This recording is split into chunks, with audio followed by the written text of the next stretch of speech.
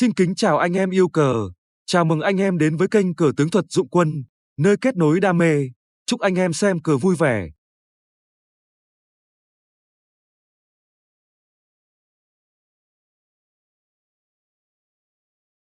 Hôm nay kênh Cờ Tướng Thuật Dụng Quân xin tổng hợp những nguyên tắc cần nắm vững trong cờ tướng nếu muốn thành cao thủ.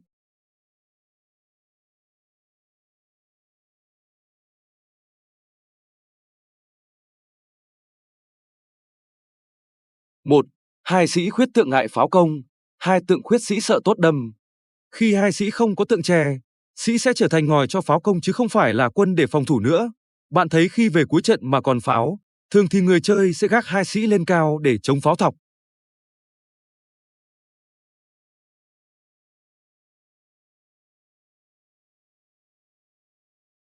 2. Nhất xa thập tử hàn. Ý nghĩa nó giống câu nhất xa sát vạn tử, nghĩa là quân xa có thể giết rất nhiều quân khi về cuối ván cờ.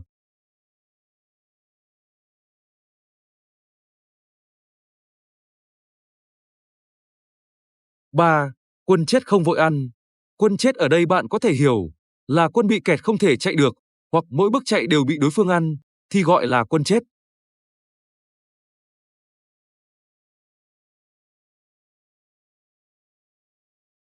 4. Khi có tốt sang sông, phải chú ý, có quân khác phối hợp trợ công, xe, pháo, mã, để chiếm vị trí có lợi. Chiếm cứ yếu điểm toàn cục, không tùy tiện hy sinh. Có câu nhất tốt độ hà, bán xa chi lực, nghĩa là tốt sang sông sức mạnh bằng nửa con xe.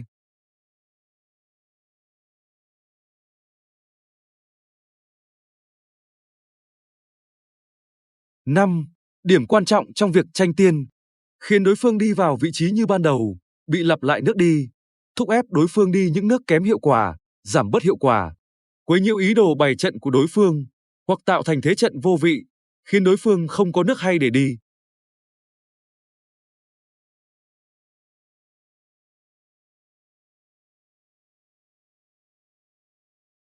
6. Khi ma ăn tốt 3 hoặc 7 của địch, điểm quan trọng nó có thể uy hiếp tiếp theo là mắt tượng và thần tào.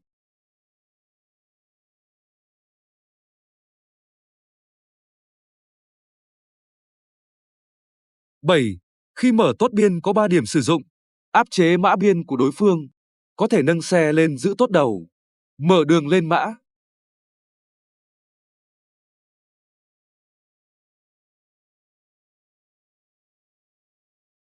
8. Yếu lĩnh của pháo tuần hà.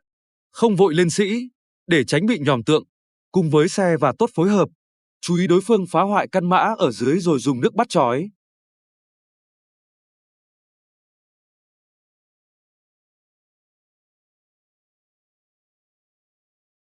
9. Yếu lĩnh của mã bàn hà. Chống xe bàn hà của kẻ địch đuổi bắt. Chú ý pháo kỵ hà của địch dùng tốt qua sông làm ngòi đuổi bắt. Chú ý pháo kỵ hà của địch dùng tốt của mình làm ngòi đuổi bắt.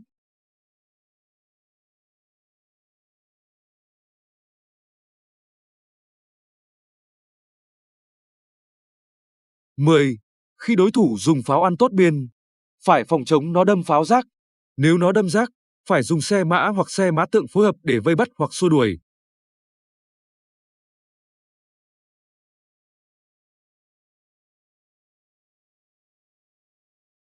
11.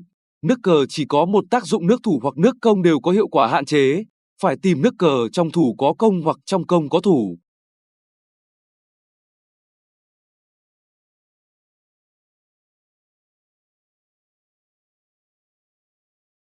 12.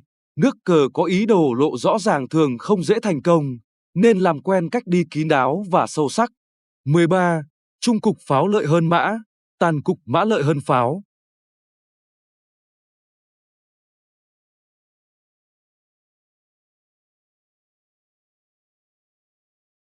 14. Khi trung lộ hết khả năng đột phá, nên nghĩ chuyện rời pháo đầu. 15. Khi chiếm tiên thủ, nên tránh đổi quân chủ lực tấn công. 16. Xe không đứng nơi hiểm địa.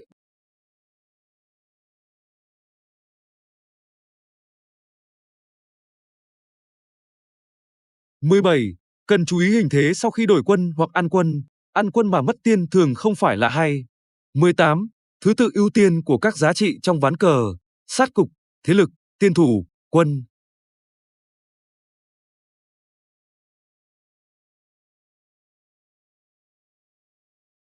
19.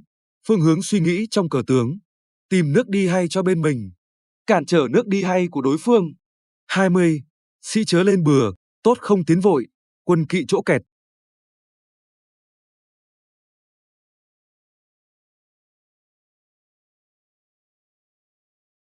21. Khi có ba quân gần cung tướng địch, chú ý tìm sát cục, thậm chí thí quân tạo sát. 22. Pháo tai sĩ nổ sĩ đáy của đối phương, nếu đúng thời cơ rất hiệu quả. 23. Hướng suy nghĩ tính toán nước cờ cơ bản như sau. Dụng ý của đối phương đi nước cờ vừa rồi để làm gì? Nước tiếp theo đối phương muốn đi gì? Phải tìm cách phá hoại mưu kế địch, hoặc tương kế tự kế. Luôn suy nghĩ cho toàn cục.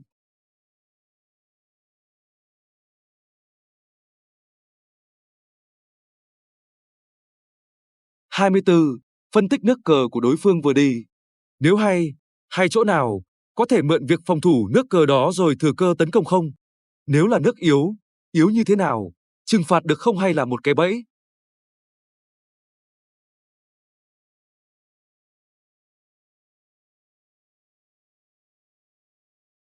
25. Khi mã lộ 3 hoặc lộ 7 bị đối phương dùng xe đè, phải nghĩ chuyện. Dùng quân để giữ rồi dùng pháo đuổi. Có thể bỏ mã không? Có thể phóng pháo qua hà để đè vào bắt đôi xe tượng không?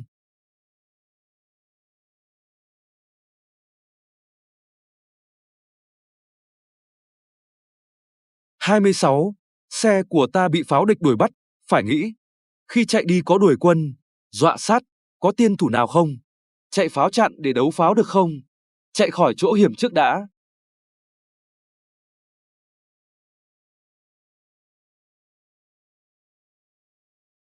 27. Khi tốt đầu mã bị đối phương mở đè, phải lưu ý.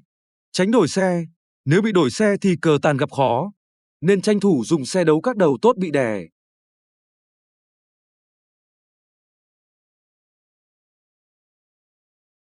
28. Mã ở vị trí tượng ngũ có thể phòng các nước chiếu của địch. 29. Mã quỳ có thể phòng thủ, giữ sĩ hiệu quả. 30. Chú ý nước tiên giả.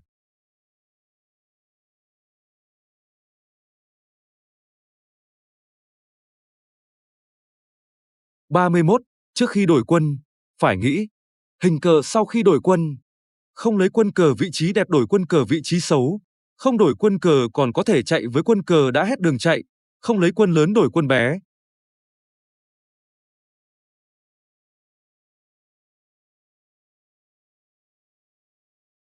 32. Xe chiếm được hàng tốt lúc cờ tàn. Thứ tự ăn tốt cũng cần tính kỹ. 33. Khi cờ tàn, đối phương khuyết hai sĩ, thích hợp tấn công bằng xe mã, có thể dần giữ ăn nhiều tốt, biến nguy cơ thành thời cơ.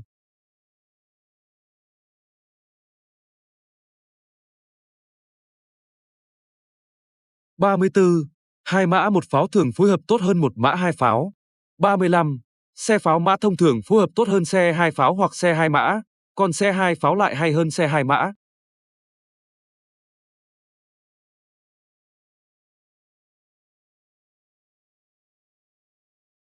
36. Đối với quân xe đối phương cản mắt tượng bên mình, phải rút pháo về đuổi để trừ nguy, sau có tiến đâu thì tiến. Thiết kế cạm bẫy nhốt xe địch để dùng pháo bắt, hoặc dùng mã tài sĩ khóa.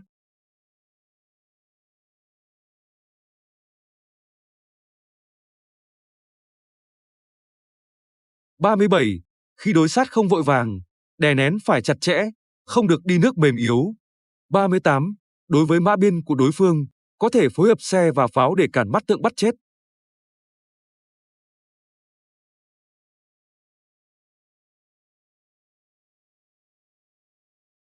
39. Tùy lúc chú ý xem các đòn dưới đây có thực hiện được hay không. Bỏ quân chiếm thế, bỏ trước lấy sau. Đổi xe lấy pháo mã, bỏ quân để độ tốt qua sông. Khi bị chiếu tướng xem có phản chiếu được hay không.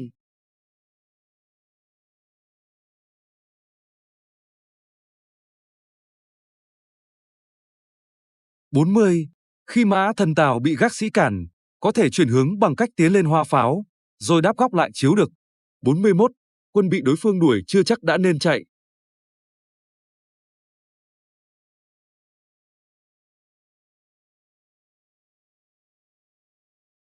42. Đối phương sử dụng xe để giữ mã hoặc pháo, lại đem pháo khác ra đuổi xe ta. Mang pháo của ta chặn phía trước xe, để thêm ngòi và nhòm ngược lại pháo địch. Mang quân khác của ta ra bắt lại xe địch khiến xe của đối phương phải thôi giữ mã hoặc pháo.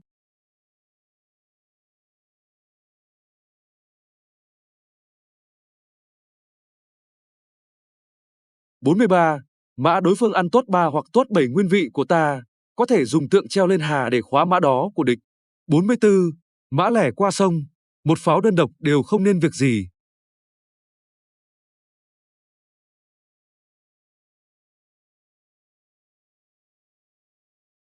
45. Khi dựa vào quân giữ, căn, để đấu quân, phải chú ý căn đó có an toàn không, có khi đối phương ăn quân rồi mới rõ là không đấu được, ví dụ 4 xe nhìn nhau.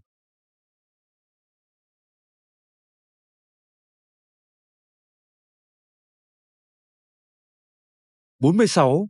Khi đã giằng khóa quân đối phương, phải chú ý tránh để đối phương mượn việc giằng khóa mà thoát ra để chiếu, dọa sát, bắt ngược lại quân mình. 47. Cờ tàn pháo hoàn, khi ta có pháo đừng vội ăn sĩ tượng quân địch.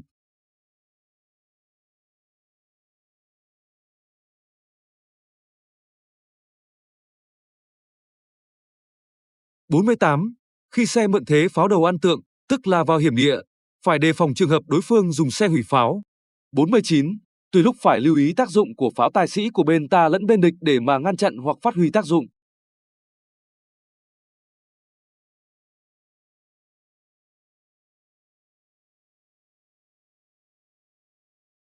50. Xe nấp sau mã hoặc pháo, trông tưởng vụng về nhưng thực ra biết dùng lại rất khéo. 51. Nhiều khi trông tưởng có căn, thực ra vô căn hoặc không đủ sức để giữ, cần lưu ý.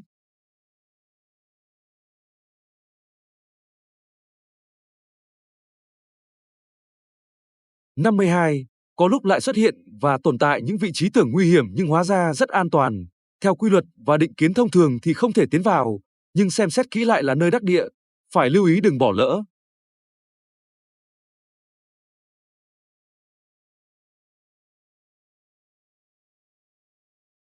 53. 10 kỹ xảo trong chung cục cần nắm vững. Chuyển hướng, chiếu bắt quân, đuổi, đổi quân, giằng khóa, ngăn chặn, đè bắt, mở đường, thí quân, sát cục, ngoài ra còn có nước rừng, nước dần dứ.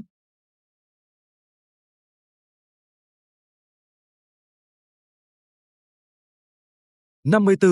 Quân hai bên giao chiến, kẻ dũng cảm sẽ thắng. 55. Nước hiểm của xe và mã.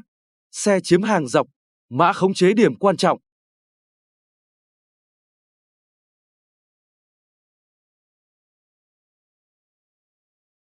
56. Khi tính toán nước cờ, không chỉ tính toán độ sâu, mà phải chú ý độ rộng nữa. 57. Đầu tiên tính nháp, sau lại tính kỹ, kỵ nhất đi liền tay.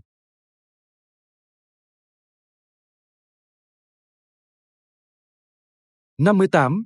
Phải chú ý phòng thủ củng cố bên mình trước, tiếp theo tìm cách gia tăng áp lực, nhịp độ tiến công thông thả được thì tốt, tuân thủ quy luật thứ tự ưu tiên, sát cục, thế lực, tiên thủ, quân, được như thế thì thế nào cũng đạt cục diện có lợi.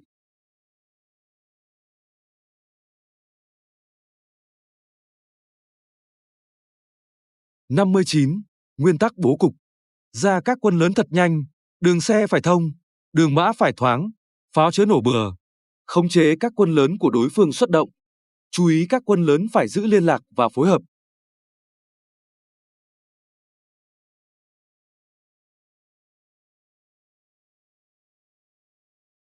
60. Các vấn đề cần chú ý trong giai đoạn bố cục. Đi cờ cần đạt hiệu suất, mục tiêu phải rõ ràng, không nên đi một quân quá nhiều lần, chú ý tác dụng đè địch thoáng ta.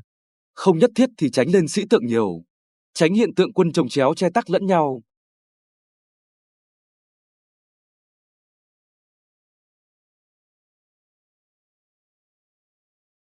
'Chớ tham ăn quân hoặc tham đưa tốt qua sông, chớ ăn quân mà mất tiền, mã chớ tiến bừa, cần chiếm được đường hoặc điểm quan trọng, lưu ý bỏ quân tranh tiên, mở rộng không gian hoạt động bên mình, đè nén không gian hoạt động bên địch.'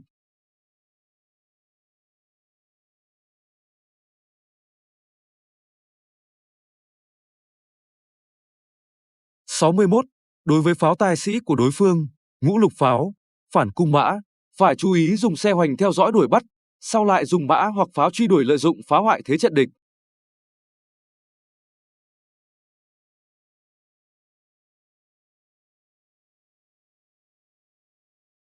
62. Luôn ghi nhớ rõ nguyên tắc. Bỏ quân cần giành được nước tiên, ăn quân chớ để bị thất thế.